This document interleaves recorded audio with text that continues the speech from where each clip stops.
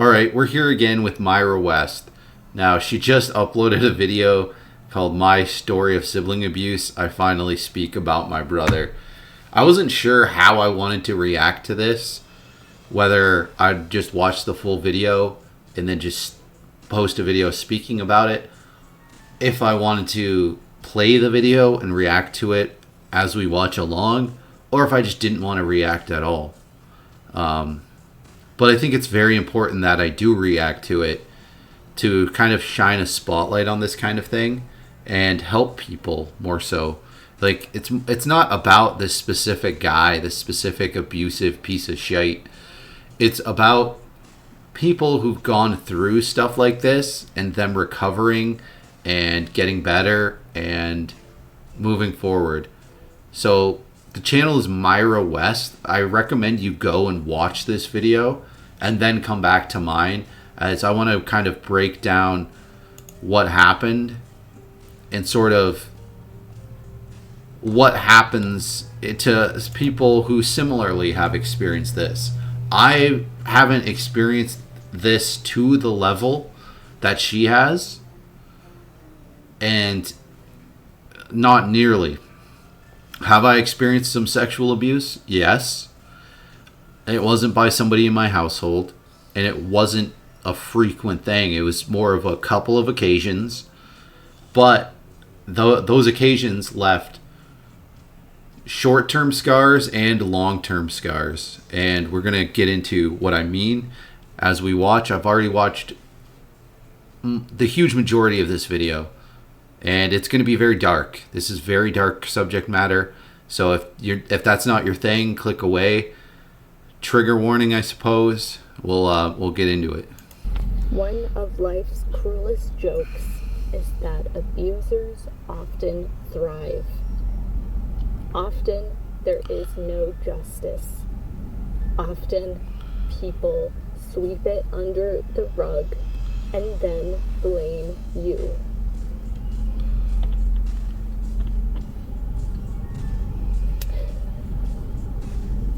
It was my brother's funeral today. It was my brother's burial and funeral.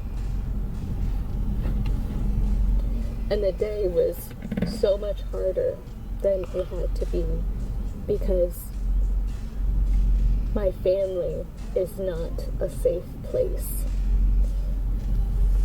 But the brother who died was a good brother. He was my closest sibling. Now that's important. Her parents are absolutely terrible. We learned that in her previous video. And so her brother that she's closest with, him passing, which is very tragic because she's 26 years old. So he's likely around the same age. It's tragic enough when someone passes away so young. But for her, for context, it would be like if for your average person, it'd be like if one of your parents died. Or just whoever your closest immediate family member is, and you're just not close at all with your other immediate family.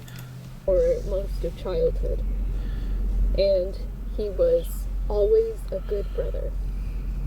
He was my partner growing up, and we did most things together. So here I am, grieving him, a good brother, in the presence of another brother who is and was my abuser for 10 years. And I say that no one can understand what it feels like to be abused and targeted every single day by someone, unless you've experienced it. Now, I'm going to agree with that completely. I have not experienced that. I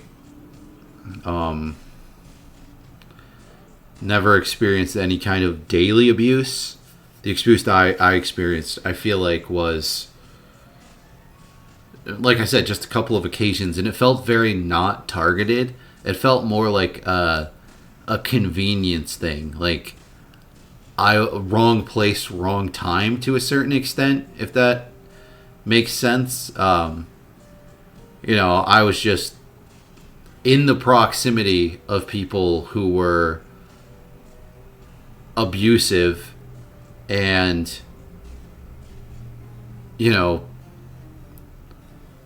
and I shouldn't have been, right? It's not like my fault by any means. I was a kid, but I was just in the same area as people that I shouldn't have, my parents shouldn't have had be in the area of children. So, I finally broke down at the end. And I can't even imagine. Like I said, even with the much, much milder abuse that I experienced, there was permanent scars and short-term scars. And those were bad, like really horrific to deal with. And I can't imagine dealing with stuff like that in your own house. On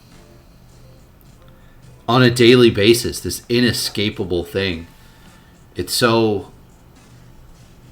The level of increased trauma compared to what I experienced is wild. Like, I genuinely can't even imagine how horrific it would be and how devastating it would be. Of this dynamic, this family dynamic that has followed me my entire life, where they're aware of the abuse, they know that it happened, and they expect me to just forget about it, just move on, just let it go, just forgive him. For 10 years of daily abuse. Yeah, you can't. Your family are complete morons.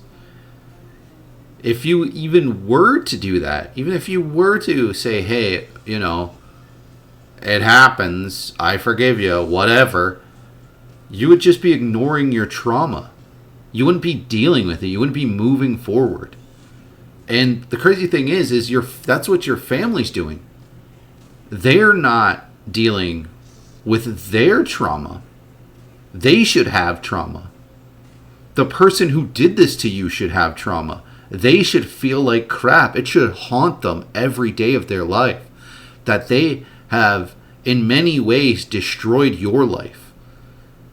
Now, I want to say, on a temporary basis, you will get better. You will improve. And you uploading this is the first step to that. I am very proud of you. And anyone who tells their story. Now, and anyone out there, you don't have to do it publicly. You can do it privately. You can just reach out to somebody, a close friend, a close relative, somebody you can talk to one-on-one, and just simply speaking the words, telling someone what happened to you. Even if it's somebody who doesn't even really know you that well, it can still be have such a positive impact, right?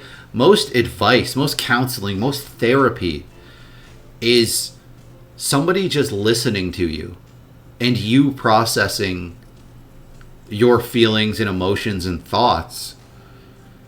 And you kind of can do that, can create your own therapeutic situation by simply having somebody to talk to, telling your story.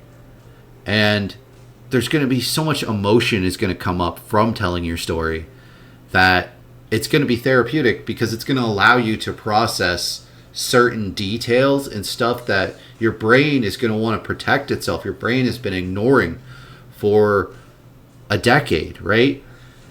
And even talking about stuff that happened to you can trigger memories Literally things that you kind of didn't even know happened can come up. You can just remember, oh crap, like, yeah, that happened. That's crazy. Totally forgot that happened. My brain literally blacked it out. That happened to me before. Somebody told me about something that happened to me as a child, and within like 10 minutes, I remembered exactly what happened. Like, as soon as they said it, I'm like, what? That happened? Like, it wasn't a memory that I could conjure up. But stopping for a moment and thinking about it is like, crap. Oh yeah, it's like all of a sudden this like door was unlocked, and what happened to me became very clear. It was like the rest of my memories where I can just vividly remember it. I remember what room I was in, who was in the room, where they were situated, what everyone was wearing. It was just like perfect video of exactly what happened. And it's crazy. It's crazy that that's a thing. But yeah, your family is morons to suggest you just move on, forgive and forget. You can't forgive and forget. Not with serious trauma. I can see if one time randomly your brother punched you in the arm when you were 10 years old. All right, forgive and forget that. He was probably just upset, being a jerk.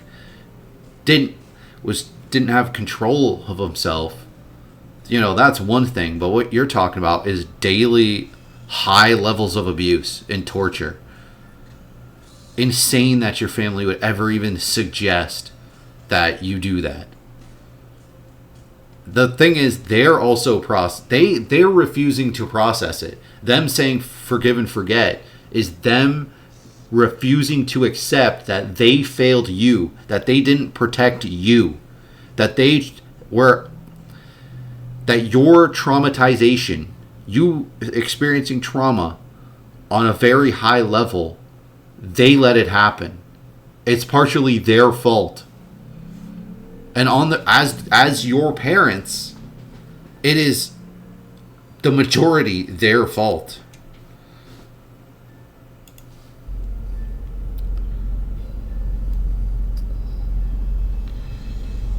I want to say his name because he deserves to have his name spoken. And for me to tell you publicly, to tell everyone what he did. His name is Josh. He's my older brother. And from about 8 to 17, when he moved out, 8 to 17 of my life, he bullied me.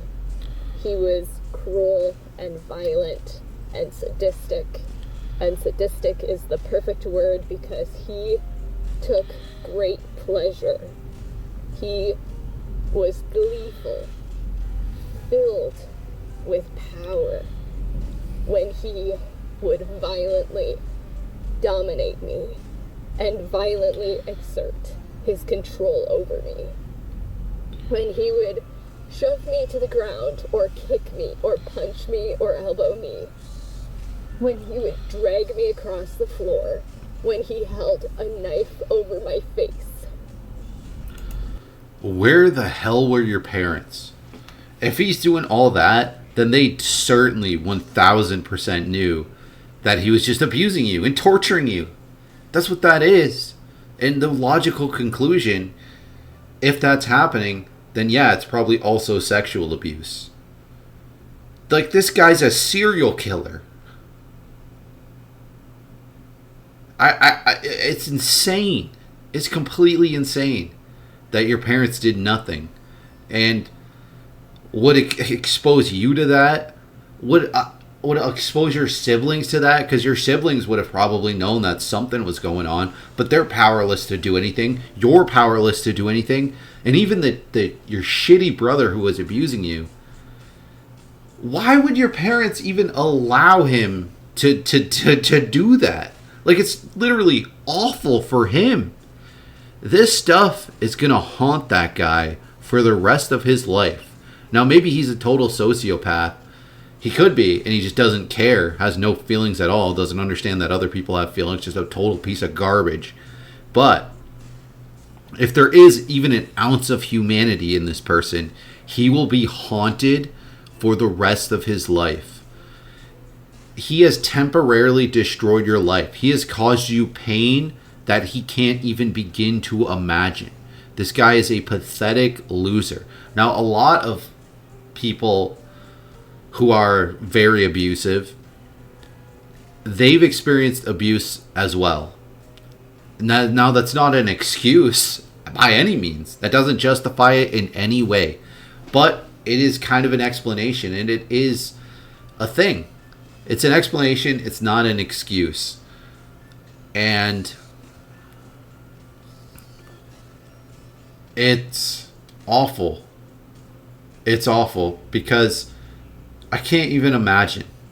Like, if my child was doing this type of thing, I would think, all right, this needs to stop, because not only is this going to haunt my other child that's the victim of this, but the perpetrator is going to be haunted for the rest of their life as well by this.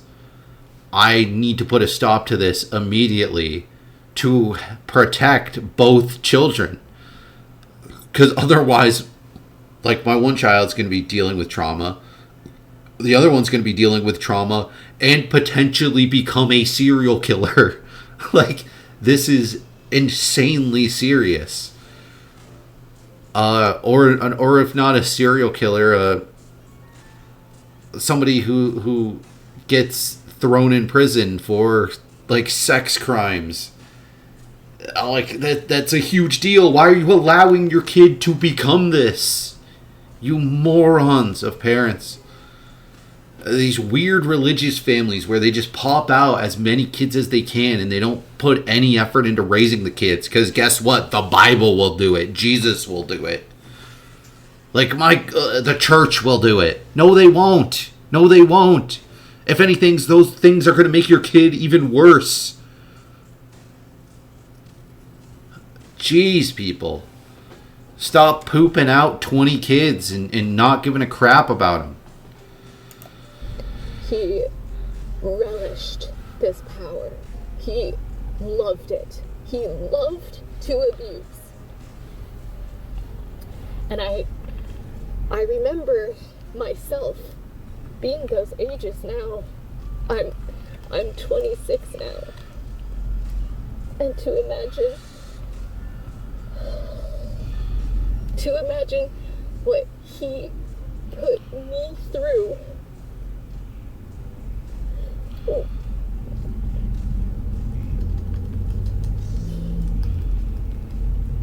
When I was just a little girl.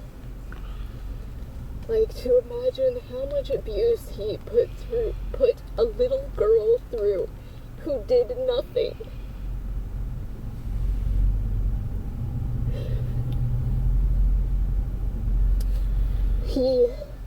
Now that I see him as an adult, I can tell that he's pathetic. I can tell that he has no concept, no sense of self. He gains all of his power and all of his sense of self and all of his self-worth from how much control he can exert over others, or how much approval he can gain from others through manipulation, because that's what he does to other people. He manipulates other people into liking him.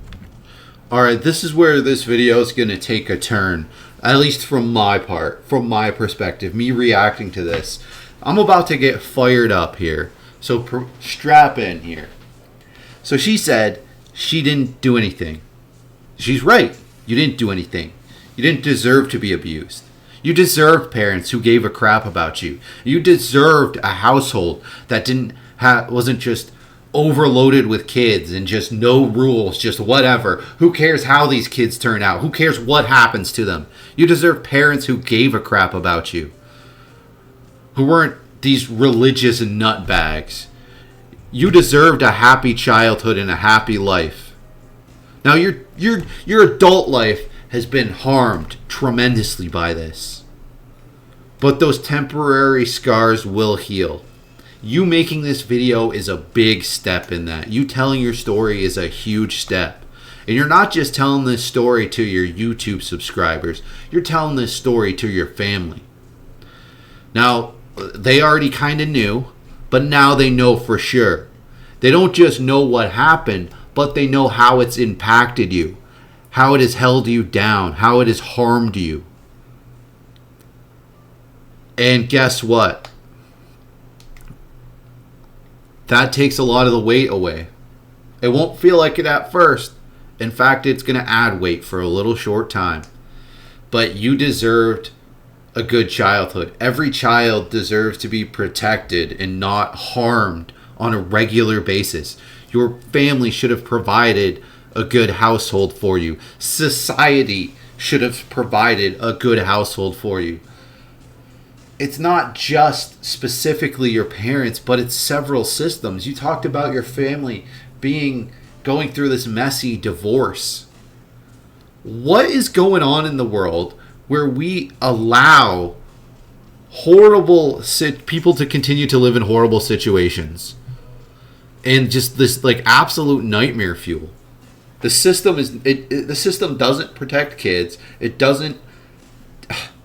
It harms parents. It harms children outright. But I won't even get into that. The systematic way that laws destroy society. Oh my God. But you also talked about your abuser and how he manipulates people and how you see that he's small. Guess what? He is small. He is. He's pathetic. He's nothing. He's garbage. He's trash. He's a loser. He's an abuser. He's like got many signs of being an actual serial killer. This guy is garbage. And you shouldn't ever be around him. No family member of yours should ever expect you to be around him. They should have excommunicated this guy.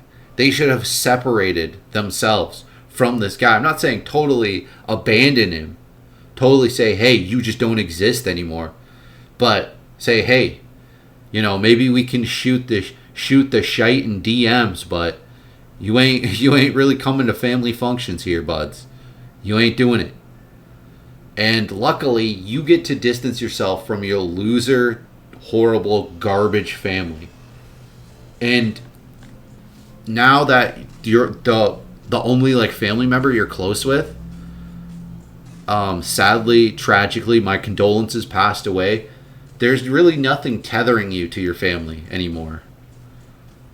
And I genuinely hope you separate yourself further from them. Because they're awful pieces of shit. I'm pissed off. I'm gonna get more pissed off as we go. But nothing about him is genuine or good. Nothing about him is real. It's all either an act of manipulation or behind the scenes straight up abuse. Now guess what? You said at the start of this video that these abusers just get to move on. They just get to, it's like nothing happened. No. Like you just put out a video on YouTube calling it out. This MFer has probably been afraid of this being exposed for a very long time.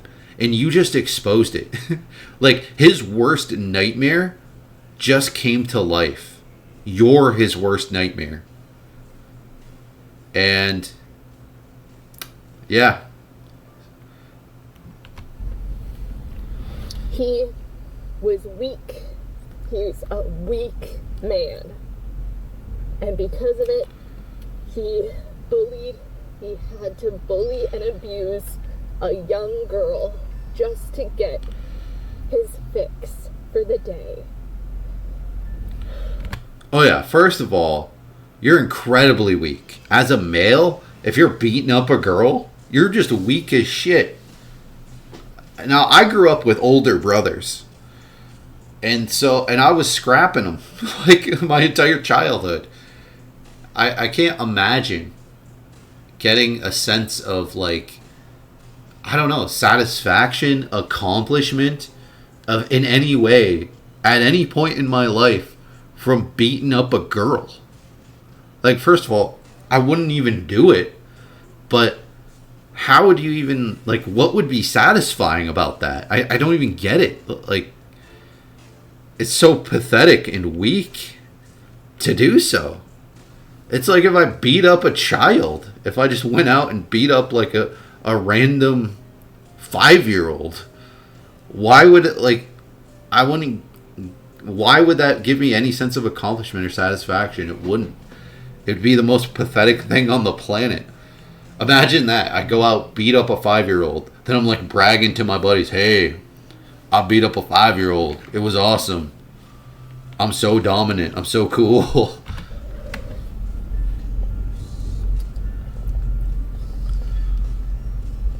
Alright, this brother Josh. First, when I was about 7, he started sexually abusing me. My brother. And he sexually abused me for 2 or 3 years until I was finally able to talk about it. And even when I brought it up to my dad, I was punished as well.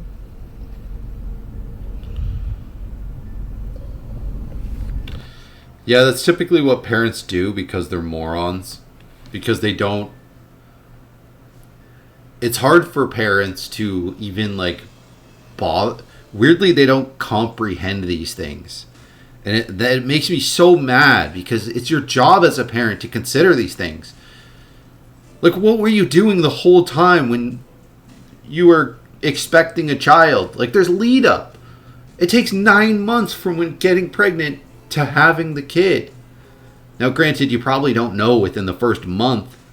So let's say 8 months of pre-prep. And people don't even consider, like, hey, what if something bad happens to my kid? How am I going to deal with it? Am I going to blame them? How has it never crossed people's minds? How are so many parents so incredibly garbage at being a parent? At, like, the basics, the absolute fundamental basics of, hey, if someone harms my child, am I going to berate my child? Am I going to blame them? Am I going to tell them it's their fault? No! Never! I get it, it's hard. It's a hard situation. You don't want to process, accept that your other child is an abusive piece of crap. But who cares? You're a parent. You're an adult. You're a grown-up. These children are your responsibility. If they're pieces of crap, you have the opportunity to make them not pieces of crap. To say, hey, you can't do this. This is awful. This is way more harmful than you realize that it is. You will never do this again. And then the kid who's the victim, you should be putting them in therapy, like, immediately, and say, hey, you didn't deserve this. I failed to protect you. This is in no way your fault. This will never happen again. If anything, even approaching this ever happens again, you come to me immediately, and whoever's doing this to you is completely out of your life. Forever. And even, like, literally separate them. First of all, why are these lunatics having so many kids that they can't even possibly watch them or be parents to them? But most people aren't popping out all these kids. But what needs to happen is, honestly, the kid who's the abuser needs to be removed from the house for a long time. Years. I'd say 2 years. Say, hey, you're doing this awful, unacceptable thing. I'm gonna talk to you about it for months. We are talking about this for months, and guess what? You ain't living here. You ain't living in this house. You like maybe you can come back later on. And literally embarrass the shit out of the kid who's the abuser. Make them apologize. Make them apologize in front of everyone. Expose them. And you could even, you could take it a step further. Say, once you let them back, say, if anything even approaching this happens, you're gone. You're gone, buds. You are gone. Not just are you no longer living with us, you are no longer a part of our lives.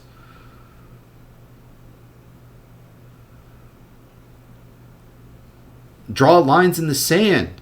You have to protect your kids.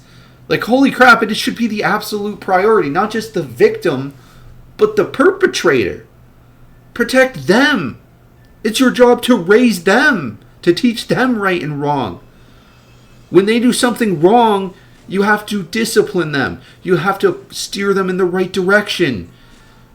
If they're doing something that's wildly, basically illegal, you can't just allow that. You can't just look the other way. It's insane. It should be so basic. I was disgusted by him through all these years. And when I finally spoke up about it and was able to get that to stop, that's when his physical and verbal abuse began. And that abuse stayed for about the next 10 years. He would target me when we were alone and no one was there to witness it, which was a lot because my mother was absent and my father was absent. My brother would take my things to exert dominance. He would drag me out of rooms that I was in. He would take pleasure in controlling me in any way that he could, forcing me to leave rooms or kicking me out of the car that he was told to take us to school in. He had no problem being physically violent, yanking me, punching me, kicking me, dragging me. He would chase me, and if he caught me, beat me up.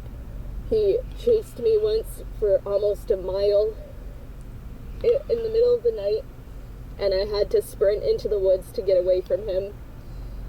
And then found out later that he had locked me out of the house, and he locked me out of the house at night for a good few hours. And it was cold, and I didn't have any warm clothes. He would steal my things. He was selfish. The verbal abuse. He would call me a bitch. He would tell me daily to go kill myself.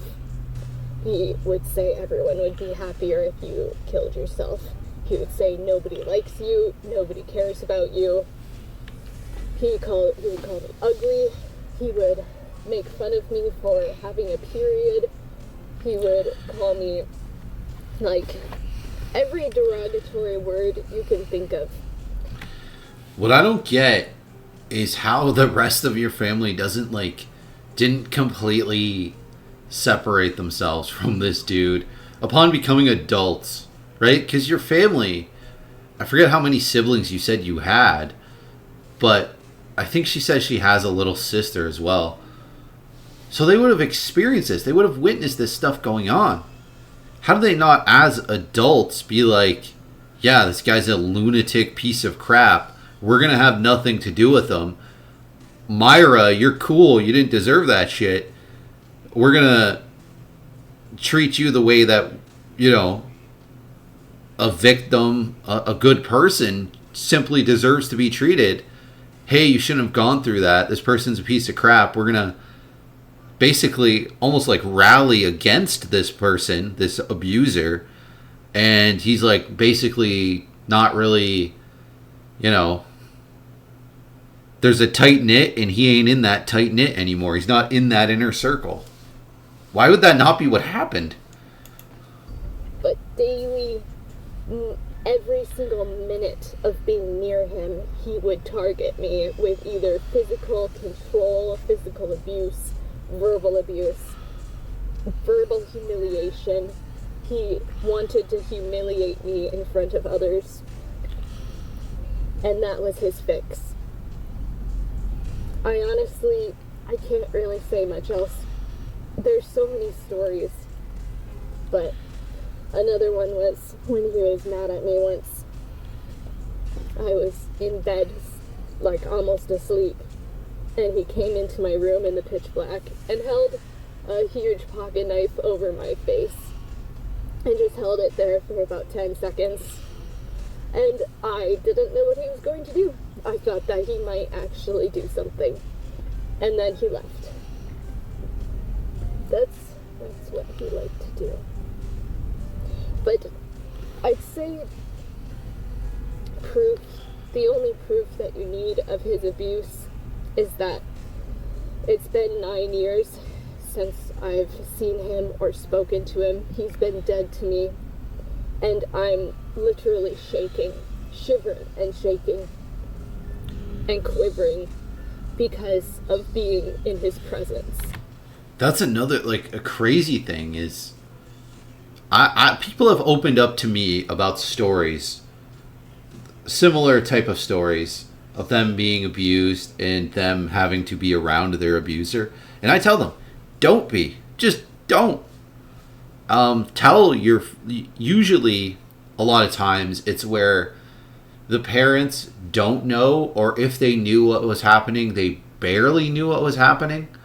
Like, they thought maybe it was a one-time thing, and it was a maybe that it even happened. But what you're describing is, like, guaranteed, unquestionable. It absolutely happened, and everyone in the household knew that it happened. Normally, it's more under the rug kind of thing, more unsure. So because of that, usually I tell people, you can tell your family if you want. You can expose this person. You probably, like, it would convenience you in a lot of ways. First of all, it'd be very therapeutic to get it off your chest. Telling your story is going to make you, it's going to hurt a lot at first. It's going to be very difficult to do. You're going to feel like you're tearing your family apart. There will be repercussions.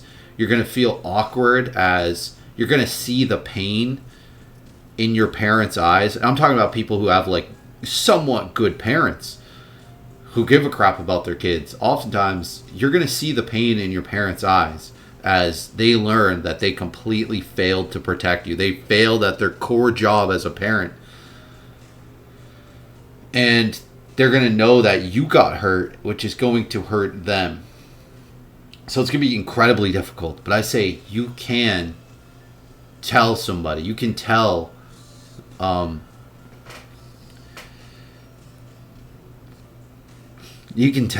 your family, and it doesn't even have to be your whole family. It could be like your mom. The one example that really comes to mind, I'm like, all right, you should at least tell your mom, so then at least somebody's in your corner. At least somebody understands why you refuse to go to any sort of family function where that guy's there. It's kind of a thing where it was the there were like half siblings, so it would be very rare that this person would be around the sort of their former step relative, but it would happen on occasion because their half sibling is, semi-frequently around their actual family, if that makes sense. But then sometimes the rest of the former step family, I guess, would go with the half sibling to whatever, right? I don't know what it would be, like a graduation, whatever it may be. And I said, you should at least get your mom in your corner, because then at least when your other siblings are like, hey, like, why isn't she going to this? At least your mom can be like, oh, well, she doesn't want to. She having someone in your corner kind of nullifies that weird family pressure that gets exerted on you, and you won't be expected to just be around an abusive piece of garbage. Right? Now, you, Myra, you're fully exposing it.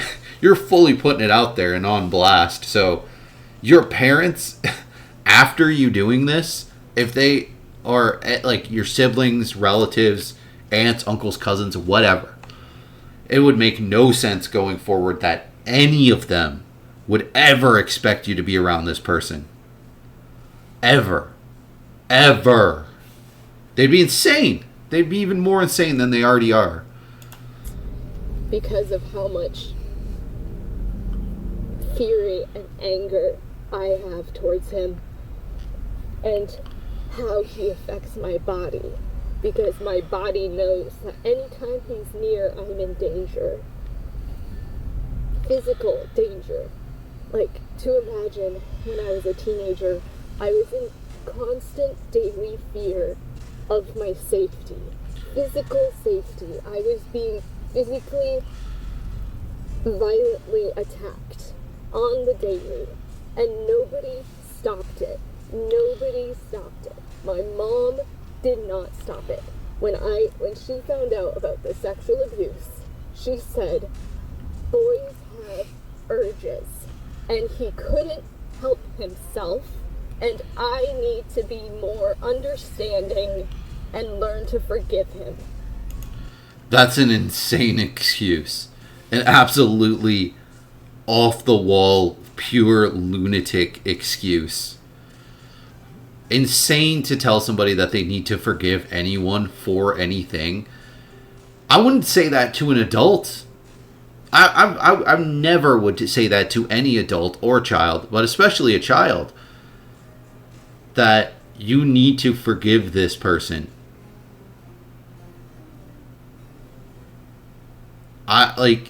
It's insane. Like, yeah, if it was a child and another child, their sibling, they got in a fight one time.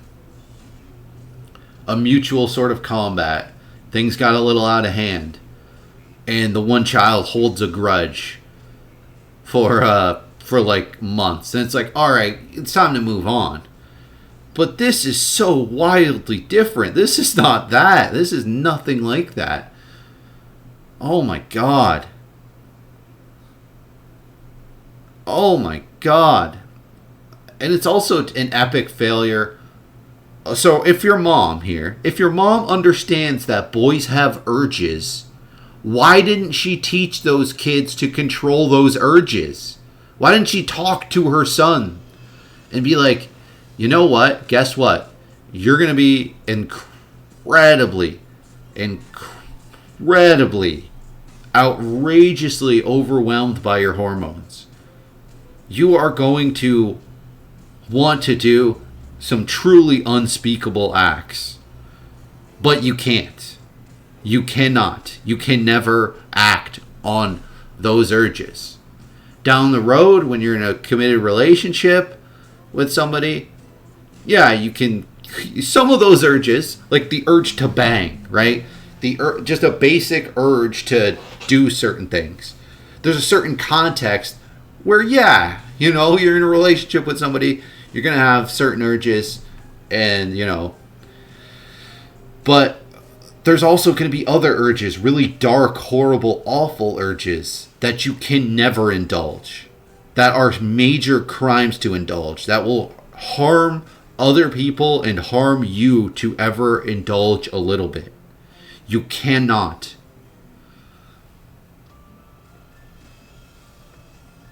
It's insane. But most parents, they don't even explain anything to their children. They don't explain puberty at all. At all. At all. Even a tiny bit, right? Even my parents, who were pretty good freaking parents, who taught me a ton of things, who put in a lot of effort, who cared, who looked out for me. They didn't explain anything about puberty to me. Anything. Literally not a thing. Other than like, hey, don't get a chick pregnant. Was basically it. Hey, use a condom. That was it. No other explanation. Not even a little bit. Nothing. Literally nothing. And that's what most kids experience, is nothing. It's just, oh, well, they teach sex ed in school, so that probably covers it. No, it doesn't. It doesn't at all. Sex ed is a joke. An absolute ridiculous joke. Oh my God. Like, you parents, you cannot rely on a school saying, hey, this is a wiener and this is a cooch. And, you know, you can stick your wiener in this or this or this or this. No, that's worthless. They mostly talk about like STDs. It's not even about like the actual like morals of like sex or anything. It's so like clinical and not human. And parents, they just don't want to have the sex talk with their kids, when really they should be having multiple sex talk with each of their kids individually. And it should include stuff like, hey, at some point you're going to have the urges to do some crazy stuff. Even girls too. Like, girls do crazy bedroom stuff. And that's not, there's certain things they shouldn't do. It's crazy, right? It's absolutely insane.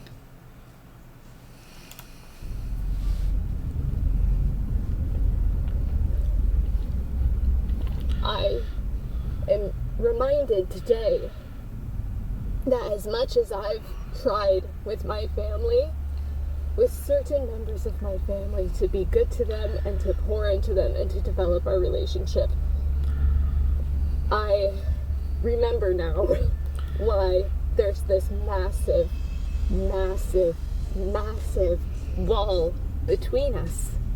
And it's the fact that they support the man who abused a little innocent girl. I did nothing to deserve any of what he put me through. He did it because he was weak and pathetic and needed his fix. And the entire family gives him so much love. And just watching, like today, burying the brother that was good to me.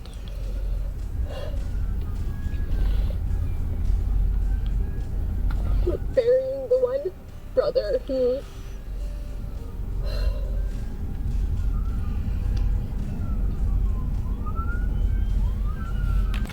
it's insane that religious families are like this. That they have such this like patriarchal structure where it's somehow women's fault if they get abused. It's so demented and ridiculous. That needs to stop. I remember in the news recently, though this is months ago, maybe even a year ago, there was a couple who went to India from Canada, and the woman got like gang R-worded, and then she got in trouble, like legal trouble. The legal system got her in trouble, because she was the victim of some heinous crime.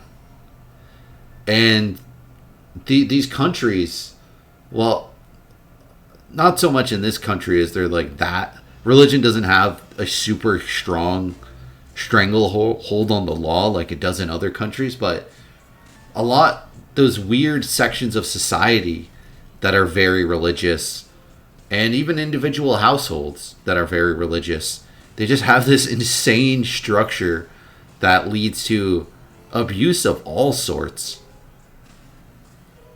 Why do you think it's so prevalent in, say, like the Catholic Church? It's because you're just giving arbitrary total power to these random men.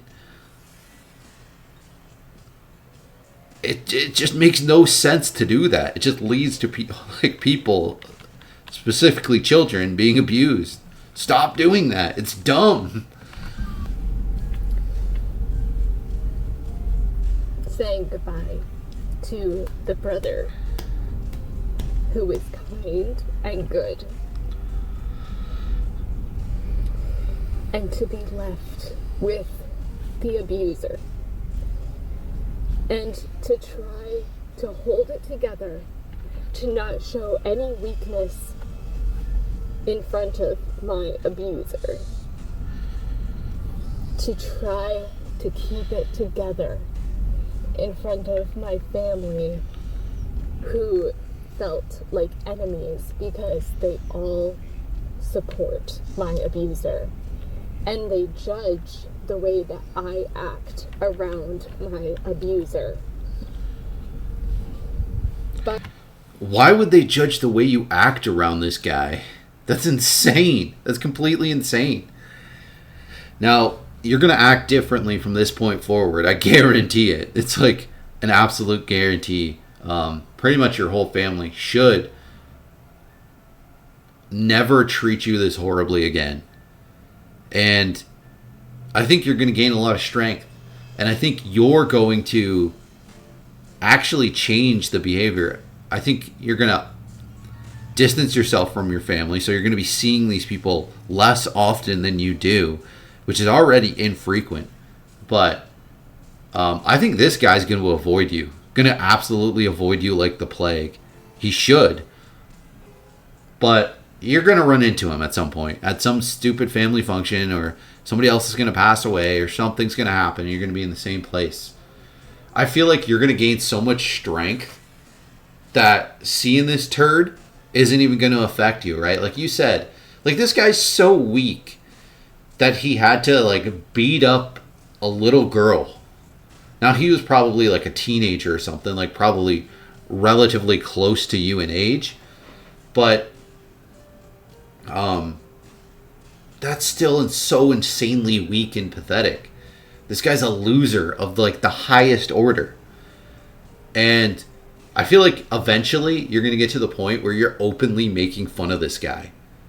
Where the very rare times that you are anywhere near him, if this absolute bitch boy comes near you and talks to you, you're going to have the confidence to just talk to him and say, hey, you still beating up little girls? You still diddling little girls? Say that to him. Like, literally say that to him. I bet you from this point forward, he's going to leave you alone. Probably not even try to talk to you for the next 10 years. But even after that, you hit him with a line like that, he's going to avoid you for the next 20 years after that. by the way, if it wasn't enough, my abuser also sexually abused my little sister as well. He's a shitty person. He's a user, a shitty person. He's just pure bad. Yeah, I assume he's like, let's say he's a year or two older than you, I don't know. But, so it's late 20s. He should have apologized by now. He should have, like, sincerely, that's what, if he had any humanity in him, he would have apologized by now. If he doesn't apologize within the next, like, 2 years,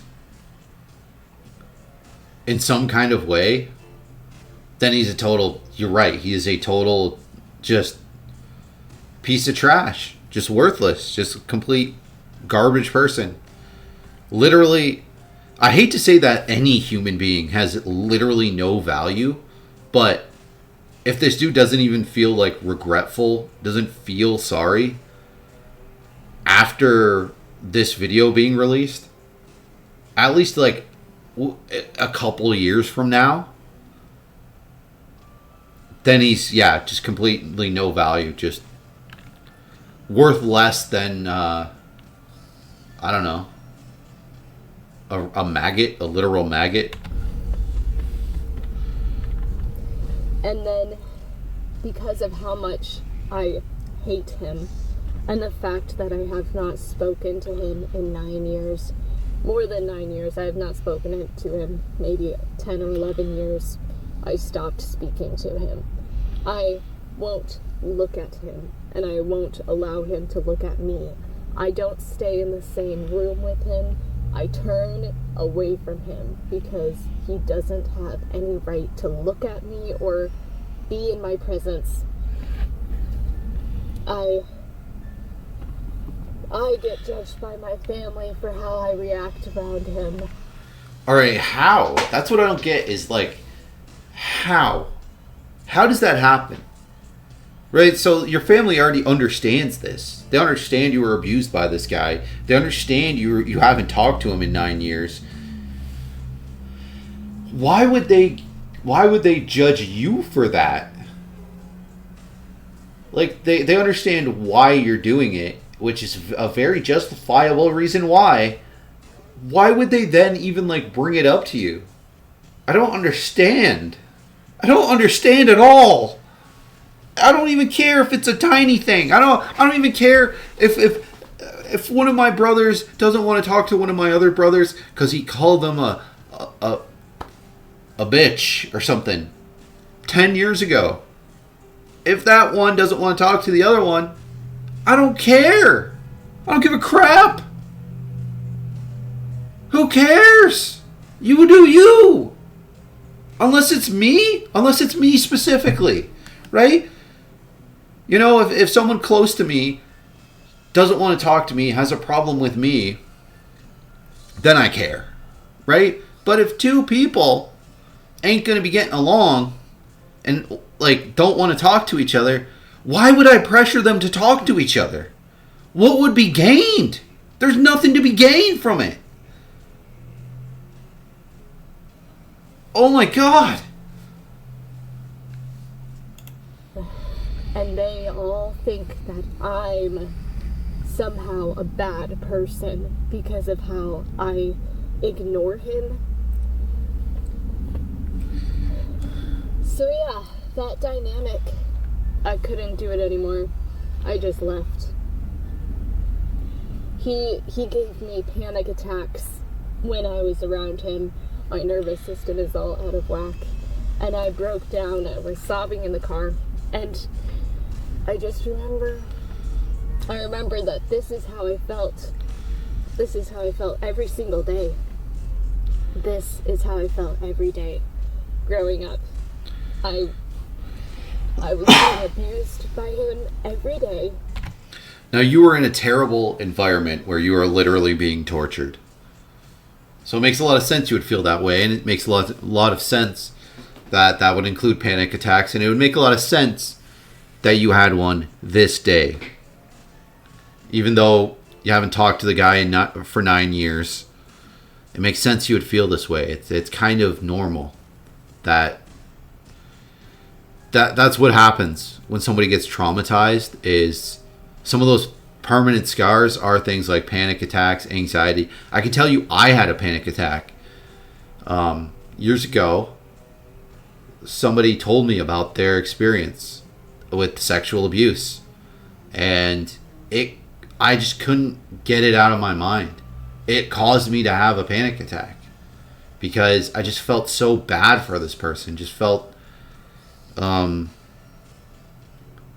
it made me feel things. I don't know. It's normal, but it's going to be less. It's going to be completely different. That impact that he has on you just from you seeing him. That is going to be less and less as time goes on.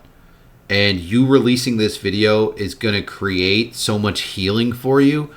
It is going to heal those short-term scars. And the power that this shit has over you is just going to melt away.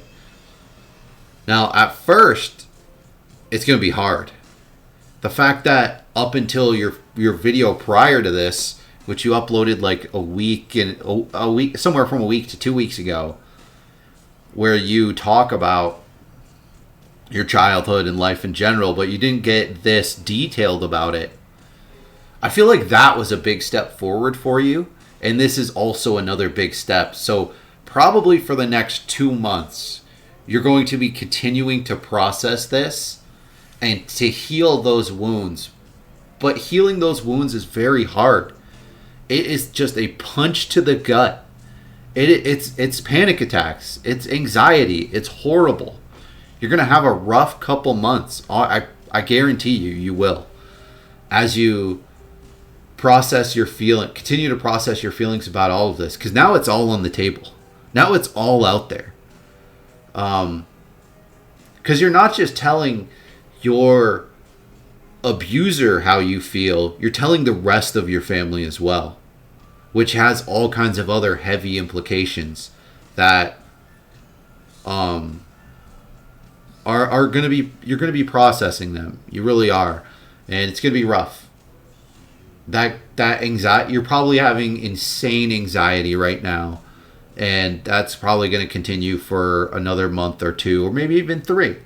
But after that, the strength you will have gained will be incredible. It will be unbelievable.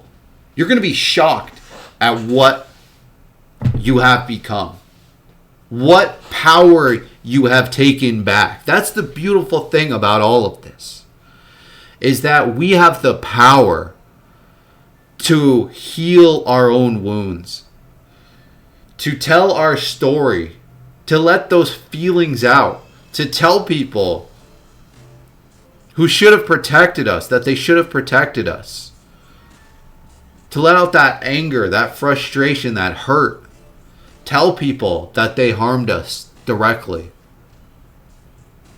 And even if they don't apologize, even if they seem like they don't care, and even if they genuinely don't care, guess what? Doesn't matter. They're out of your life. You've taken the power back. That power that they had over you all this time, you've taken it back. And that power, you're going to realize that it was holding you down so much more than you ever realized. You knew it was holding you down. You knew you had anxiety, and you were probably depressed at certain points. You've gone through some awful, awful feelings. But a lot of that is going to change. A lot of that, you now have the power you were always supposed to have. Right? There will be permanent scars. You can't go back to 100%. You can't relive. You can't turn back time and live a life where you never got abused. But you can get back to like 98%. Right? Certain mental health issues, anxiety, panic attacks, you're probably going to have that for the rest of your life, but it's not going to have this stranglehold that it's had over your life. It's not going to be as easily triggered, and it's not going to be as severe because you've gone through it. You've probably gone through so many panic attacks, and you've made it out the other side. And you're going to continue to, and those panic attacks are going to be less frequent because now you have done it. You have put it all out there. You have said it all. You have looked in the face of your crappy family and told them, you guys hurt me. You guys didn't protect me. And if you guys want to look down at me because I was abused, you want to judge me for how I treat that piece of crap who abused me, giant middle finger to you. I don't give a crap. You're out of my life if you judge me even a little bit for this. Screw you guys. I'm going home. That's what you did. That's what you just did, and that's big. That is life changing. It won't be till probably early next year. Like, this is going to take months for you to process, but you're going to continue to get stronger, and you're going to begin to understand how much power you've taken back and how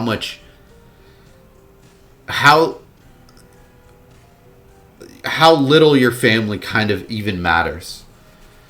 They don't seem to care about you, and you got to let go. You got to let go of them. If they don't care about you, why even bother having them in your life at all? You know, you've tried. You've tried. You're 26. You've tried to have them see reason and to treat you with a level of human decency that everyone deserves to be treated with, and they won't. They're refusing to. Hopefully that changes with you releasing this video, and they realize, they take their heads out of the sand and realize, holy crap, she went through this, and we've been just ignoring it. We've been telling her to forgive and forget. We're idiots. We're terrible.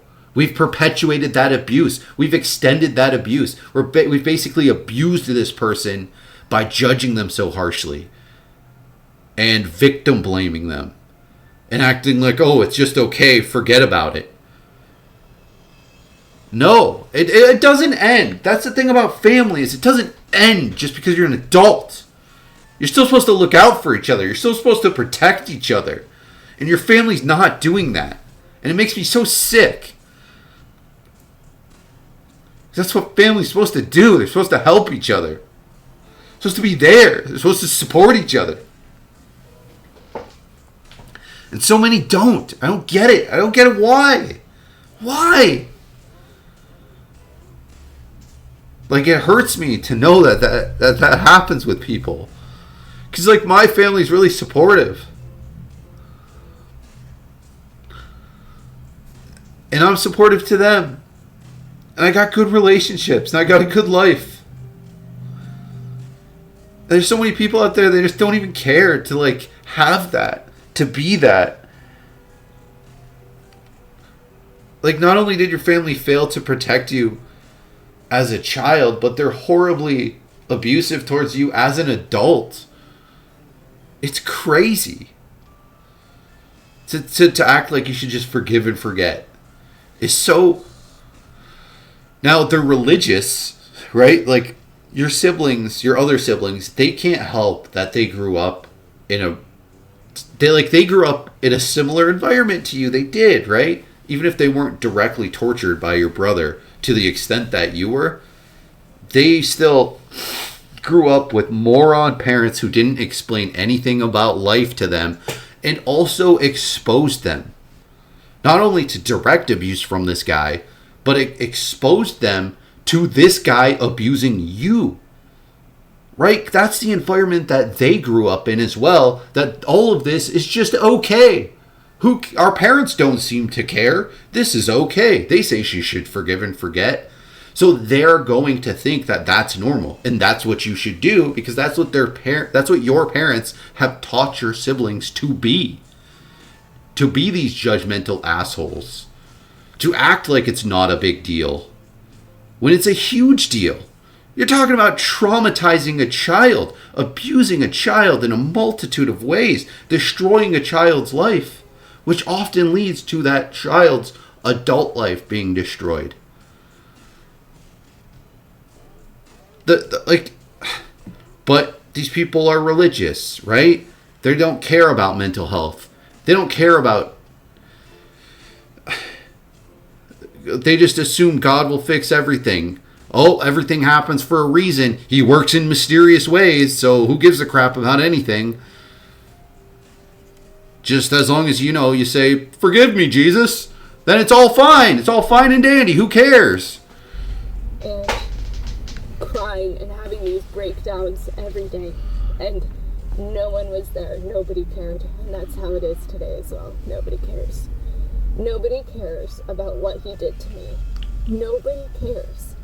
And that's the cruel joke, is that abusers get to be happy watching him be so happy watching him joking around and laughing and enjoying himself, and everyone surrounding him laughing at his jokes. Watching everyone who says that they love me support and love the person who made my life hell for 10 years. All right, they have some love for you, but they don't love you very much.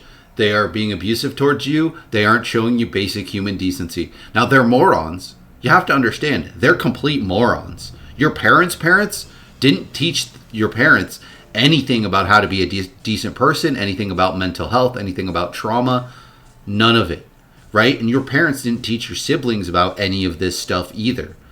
So they're pieces of crap, but they're also uneducated, unintelligent buffoons. They are idiots. They don't understand what love is. They don't understand what basic human decency is. They are garbage.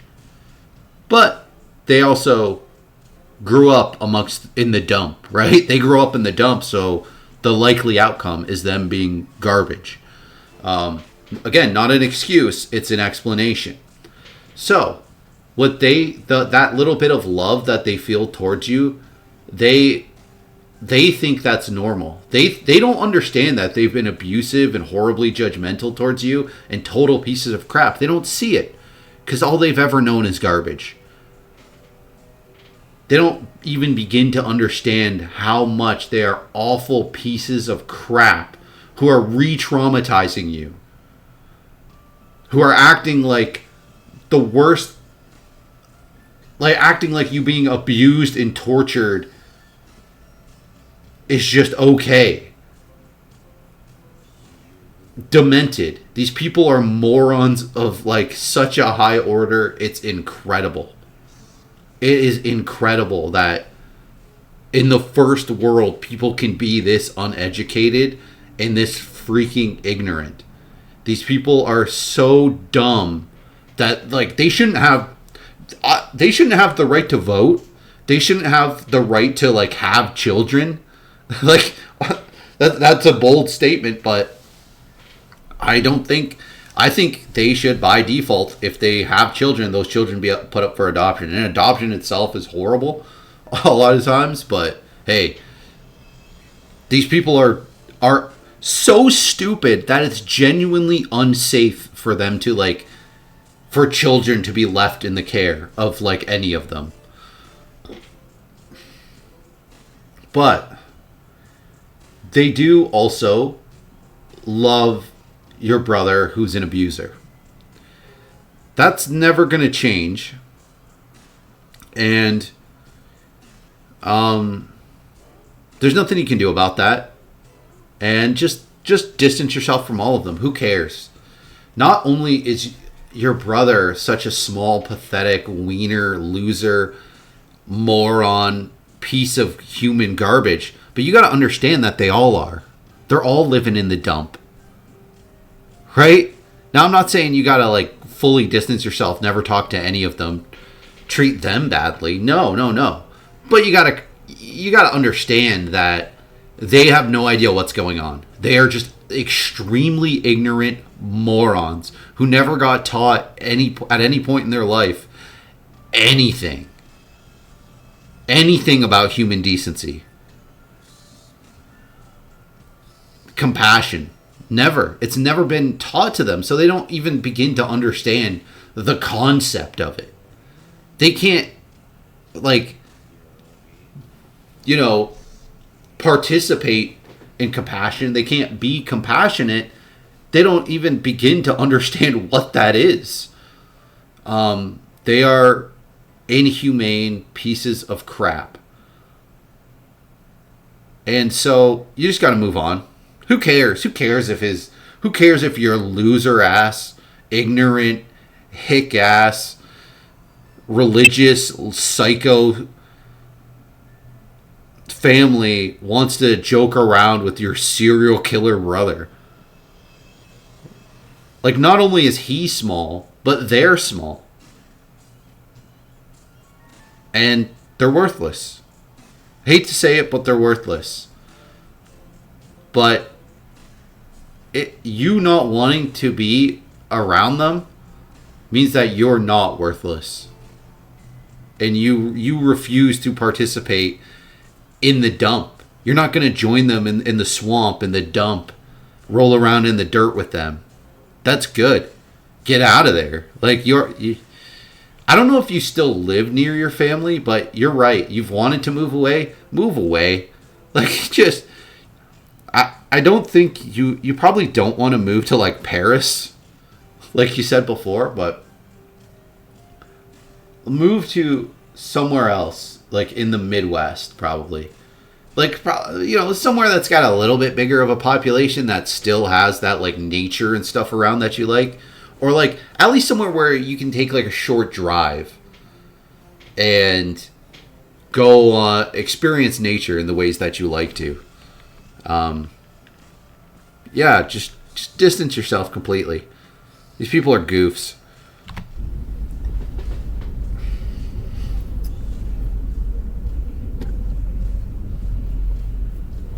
I can't be close to any of them. Good. His abuse has affected my entire life. His abuse has gotten in the way of all of my family relationships. Because if people can support someone who did that to me, I can't be close to them. Yeah, I can't imagine. Now, I'm a different type of person than you. I'm the type of person where people in my life, they know I'll cut them off in a heartbeat. They ain't gonna play. They don't play with me, right? They ain't. If someone's gonna be talking to me about something that I don't want to talk about, I want to make it clear to them. Say, hey, I'm not talking about that. I'm not talking about that ever. And if they talk about that, try to talk about that again, they're out of my life. You know what I mean? Like, it's unfortunate because your family doesn't take what you say seriously. But, yeah, just set a boundary and stick to it. And eventually they'll realize that they were in the wrong, that they can't walk all over you, that if you say, hey, don't even bring up my turd of a serial killer, lunatic, abusive, diddler brother, that they can't talk about him in front of you. Like, you ain't going to be near this guy, and you ain't even talking about this guy. You know, that even if even if you and your I don't know, let's say your sister. Let's say you and your sister are just talking, and the brother gets mentioned, maybe, hey, we're not talking about him. Like, it's not like, oh, they accidentally mentioned him once and you cut your sister out of your life or something like that. I'm not saying be like that intense, but you could be like, hey, I ain't talking about this dude. Not now, not ever. Never bring him up to me again. And if anyone crosses a boundary like that with you again, just completely excommunicate. I can't. And that's something that you only understand if you've been abused. Like this. I feel like you've allowed yourself to be kind of this, like, doormat role for so long with your family. And I'm so excited for you that is going to change. And, like, I feel like it has been changing. Like, you've been distancing yourself more and more and not allowing your family to walk all over you. And it's going to be so great. I feel like at this point, yeah, that's completely over. There's no more of that. That Myra's gone. She's gone. She ain't coming back.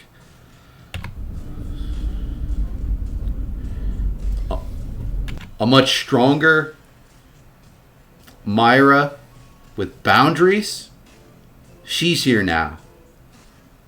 And she ain't taking crap from anybody. He's now in the military. He's in the military. And I think that he chose the military because he needed another fix of power. He needed to be in a place of power. He needed to be in a place where people would honor him. That's all he seeks, is power, control, and validation and honor from others. And he gets it. And that's what grinds my gears. That's what makes me so furious. Is that such a bad, horrible person can live a successful, happy life and be surrounded by people who laugh at his jokes, and he gets to spend today laughing and enjoying himself and enjoying his family relationships and everyone believing that he's a good person because he pretends to be one. These aren't family relationships that you want. I feel like that's what you're kind of, like, you see it, but you're also kind of not seeing it at the same time. You don't want relationships with these people. Like, I understand on some level you do and always will, but when you stop and think about it, you definitely don't. You don't want to be close with family who has zero compassion, who doesn't really care about people, who doesn't bother to consider, hey, maybe if someone's gone through traumatic experiences like constant abuse and torture, maybe they are going through it as an adult. Maybe it impacted their life. I would never want to be around your family. They sound like the biggest assholes. It's there are good people out there. What you've gone through is worse than what most people who've gone through similar type of abuse have gone through. Now,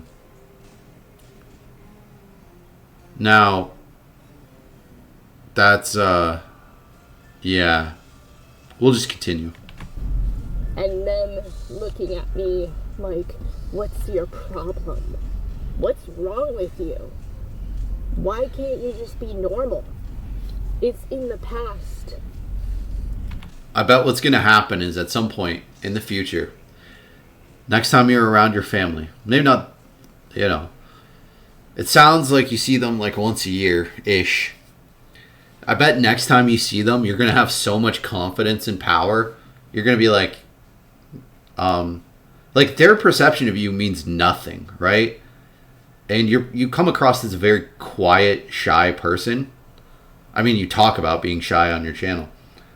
But you're going to have so much power, you're going to be a lot less shy. And you're going to be a lot more direct. And if any of them, first of all, their perception of you, nothing in this world could be more meaningless than that. Your completely compassionless family, their perspective on anything is so incredibly, wildly worthless to you and to anyone that it's just so meaningless.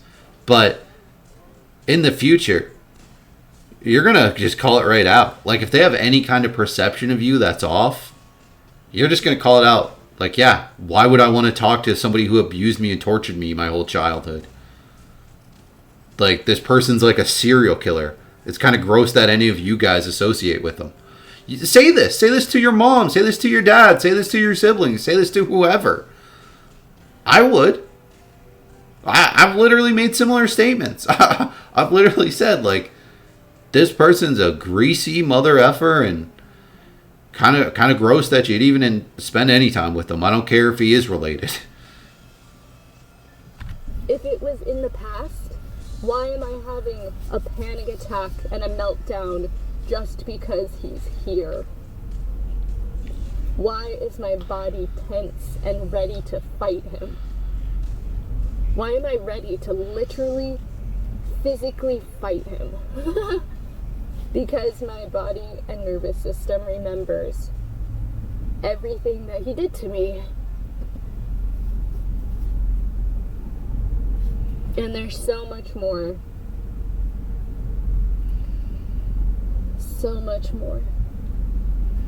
And no one understands except for those who have been abused by a sibling. Maybe even just those who have been abused by a brother. And thank God I joined those support groups, because now I know that. I mean, some people get abused by their parents, which is probably a little worse, I would think, because, like, your parents, you have this weird, like, you have, like, a weird different kind of bond. Like, I can't say one's better or worse. They're both awful, but people, there's plenty of people who've gone through some pretty crazy stuff. But I'm not alone, and this happens. Abusers often get the support of the family.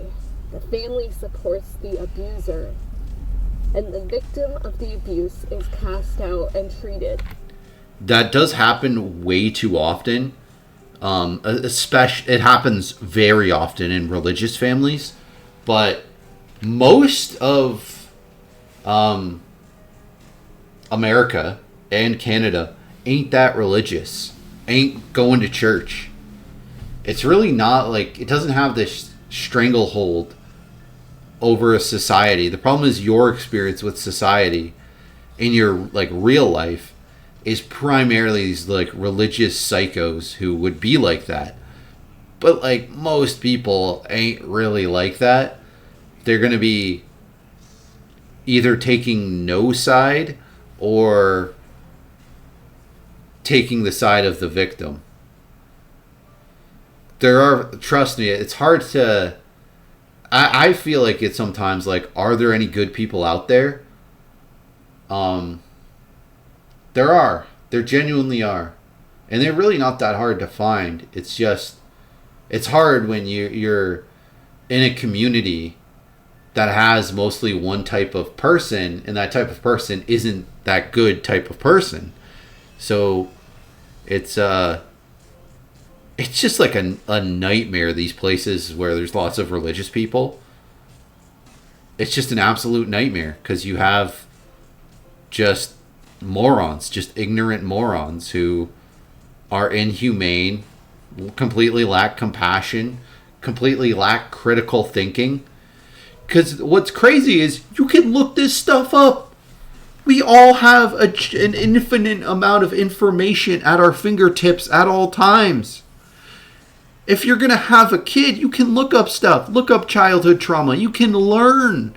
The information is right in front of you. And these idiots in your family, they won't.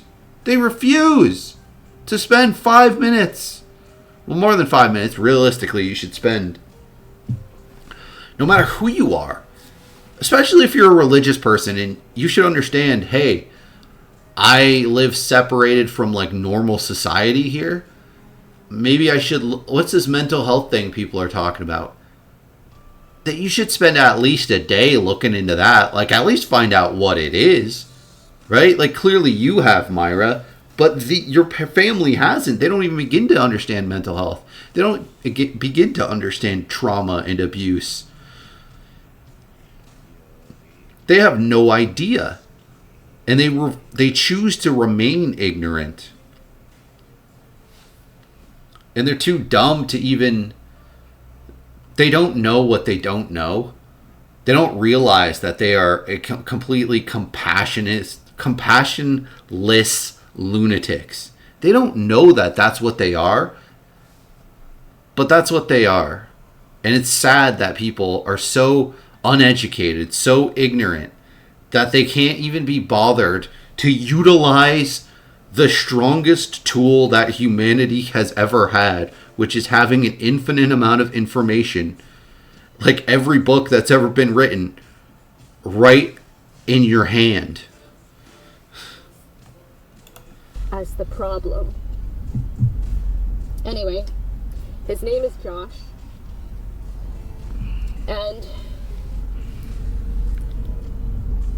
I can't say enough bad about him.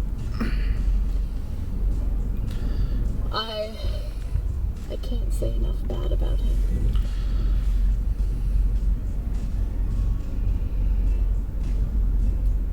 I can't wait to not see him again.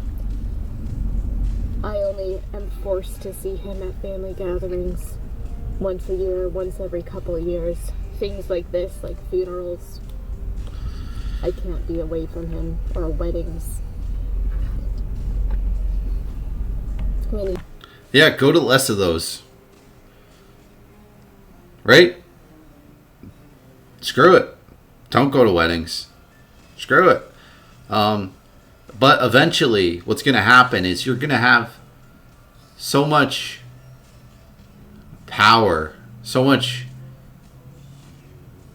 whatever it is, confidence, that you're going to, like, all of this is going to have no power over you in the long run. You're not even, like, this guy's never even going to cross your mind. You're basically going to forget in a way that this guy even exists. And even if you kind of if basically that happens, you kind of forget that this turd even exists. And then say you go to some kind of whatever event and he's there. Like, the certain feelings are going to hit you, but it's going to be so little, it's going to be so tiny that it's like it won't even impact you. You'll just get like a really gross feeling for a couple seconds, and you'll be like, all right, well, I'm avoiding that, homo. Sorry for using such terminology, but, like, I was alive in the 90s. Believe me, I can't smile, I can't laugh, I can't show any emotion. I'm emotionless in his presence, like a robot. I was completely outside myself.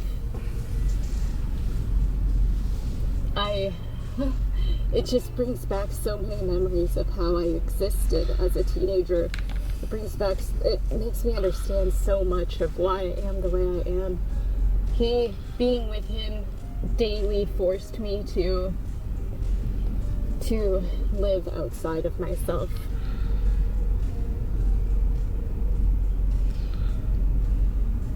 To not even be present in my own body. Yeah, and that's persisted for probably throughout your adulthood.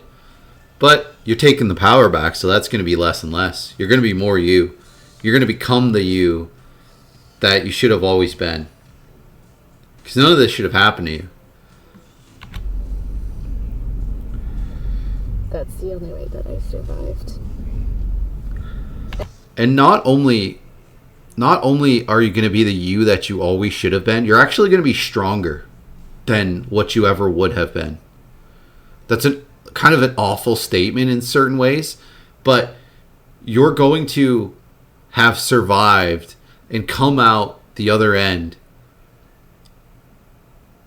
with more resilience, more strength than what most people could even begin to imagine. I mean, look at me. I endured sexual abuse as a child. Not nearly, probably not nearly to the level you did. And definitely not the physical abuse to the level you did. But I've experienced some pretty awful stuff that has had some pretty incredibly bad impacts on me. But I can talk about it openly. And many people, not many people, but plenty of people have opened up to me about serious trauma that they've gone through. Like somebody's stepdad who abused them sexually for a large portion of their childhood.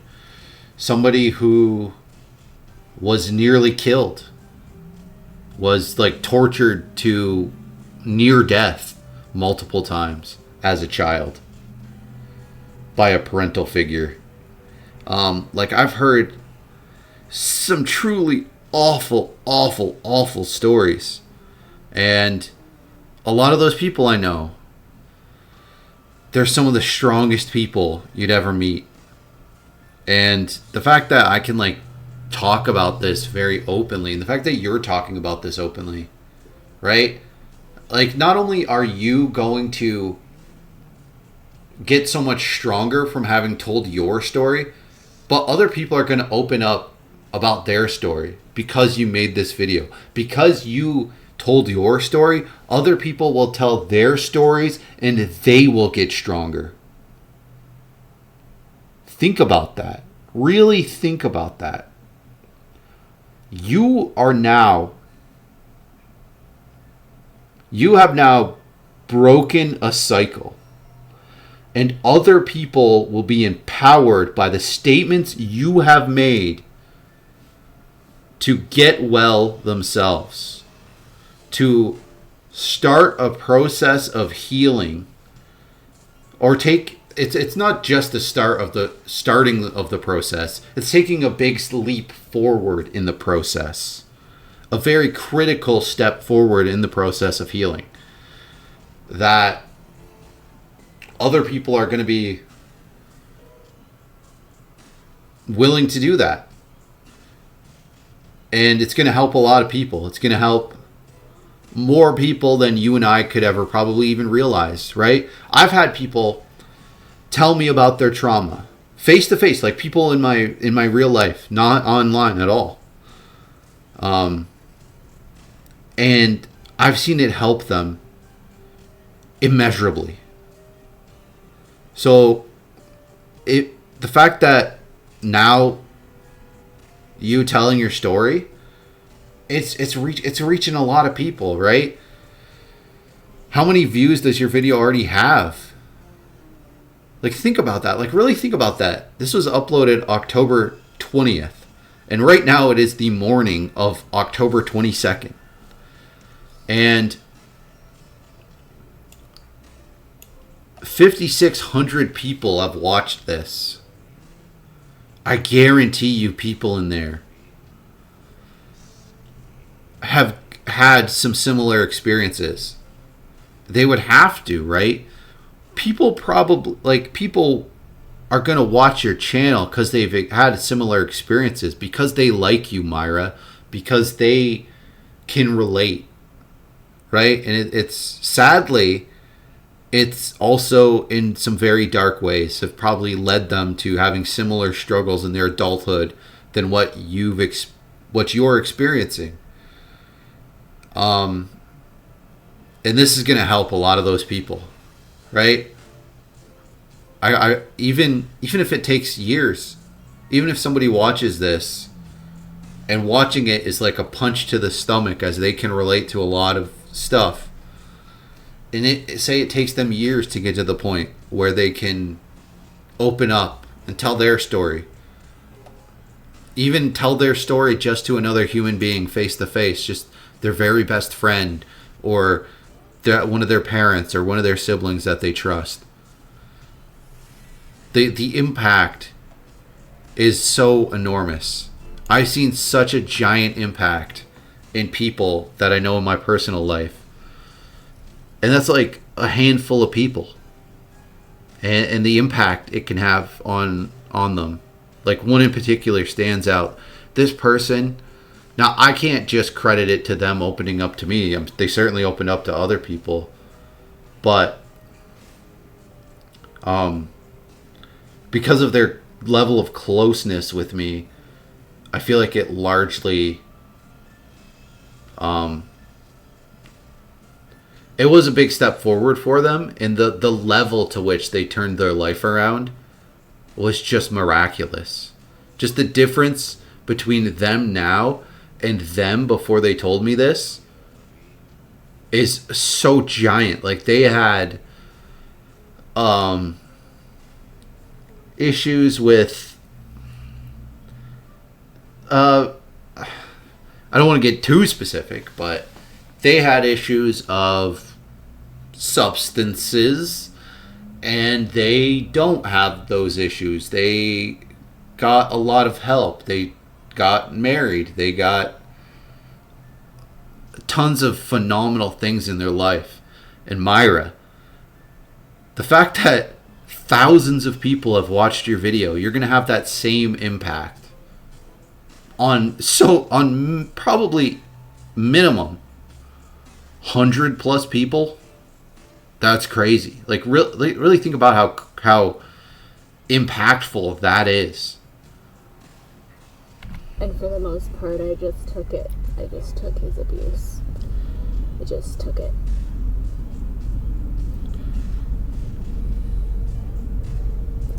There was one time I did fight back when I was young.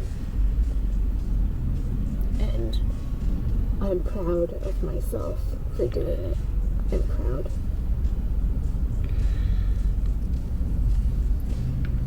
And I can tell, maybe this is the tiny glimmer, I can tell that I have outgrown him. I can tell that he is intimidated by me, and I can see that he is weak. I can see that he's a weak man. Yeah, he is. He's completely pathetic. You've had an infinitely larger positive impact on the world than what the negative impact he's had. He's nothing. He's a crumb. He's nobody. Right? You're out here helping thousands of people. This guy's just some turd in the military. You didn't mention him being married or having kids. So I'm assuming he doesn't. This guy's just a total loser. And that's why he did it.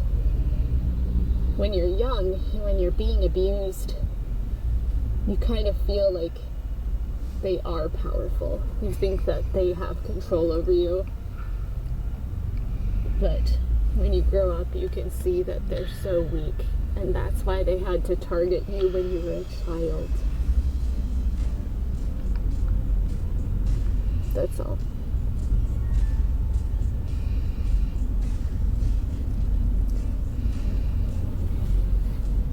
I wish there was justice. It's not true that bad people come to bad ends. Often bad people thrive, and good people like my brother, good people like my good, kind brother, they have a bad end and a hard life. Sometimes good people have a hard life, and bad people have a great life. And that's very true. And oftentimes that's in situations like that you've been in, where you come from such a crappy environment that even if you're a good person, it's so hard to adjust to the real world. Whereas people who come from like relatively good environments, they can thrive while being a good person because they are surrounded with goodness, right? Like you're surrounded with badness, but somebody who's surrounded by goodness, they can kind of create their own environment of like perpetual goodness. It's very easy for them to surround themselves with goodness. So their goodness is not only is elevating others, and it's also elevating themselves. And the others that they are elevating also elevate them. It's going to be very hard, right? If my family was all just like abusive assholes who had no compassion for me or anyone else, didn't care about children or protecting children at all, or anyone's mental health at all, I'd probably be a much different person. I'd probably be a way worse person than I am. And it would be hard for me to ever to have anything good in my life. There's literally nothing that makes me more angry than that.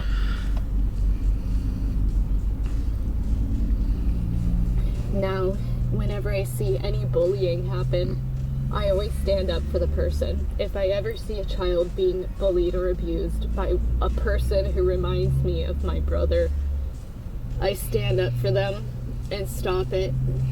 There's nothing that I hate more than bullies and weak people who target the truly vulnerable.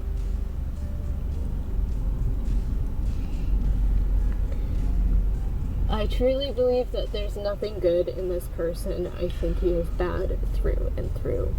I think he takes pleasure in pain. He took pleasure in my pain. He took pleasure when he would break me. He took pleasure in it. That's not just me assuming it. It's me knowing it because of how he reacted. Now, like I said, there's good people in the world, but there's also horrible, awful, garbage people. Not only did you not deserve what happened to you, but you deserved to have your parents parent you and explain to you that there's some awful people in this world. And that you, it wouldn't, I guess it fundamentally wouldn't make sense because they're the awful people and your brother, their child is the awful person who's harming you and they're actively ignoring it. But ideally that wouldn't happen. And not only that would that not happen, but ideally parents would also explain this to children. Like, hey, there's some really awful people out there who will harm you. And not only will they harm you, they're going to harm other people around you. They're going to harm children. It's a problem that you need to look out for. He wanted me to suffer. He wanted me to cry. He wanted to break me. Guess what? I'm not fighting. Apart from my family, I am thriving. Apart from this horrible family situation, I have a good life. And you're going to thrive even more. You're going to continue to thrive. You're on an upward trajectory. And you've set yourself on an even more upward trajectory. Despite my background. And I'm stronger, and I have a sense of self. And I know who I am, and I know that I'm a good person. I have an identity, I have integrity, I am a good person, and I have always, my entire life, treated other people well. I take care of bugs. If I see a bug that is suffering, I try to save the bug's life. Because that's how much I care about living beings. The problem with pride is like pride can be a very tricky thing. You need to be a little bit proud of yourself, but it can also lead to kind of like ignorance and arrogance. So be very careful with that one. And like you seem to totally understand that you're continuing to evolve and grow as a person. So kind of keep that in mind, that that's a permanent thing that's never going to stop. So yeah. And my brother threw a nest of baby birds into a fire. That also said, he's a serial killer. I'm telling you. I knew it. A lot about who he is.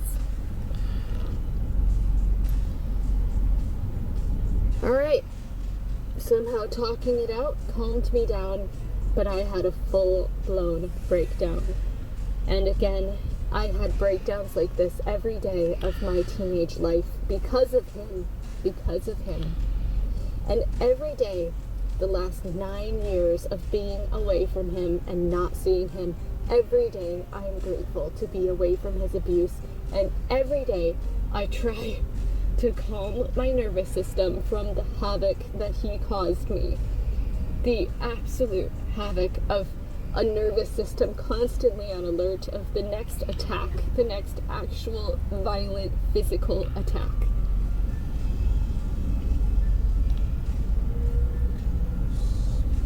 It's still 9 years later, still trying to calm my nervous system and let my nervous system know that it's safe. But being near him re-traumatizes me, and it brings me back to where I was. I feel like a lot of that feeling is just going to convert to anger.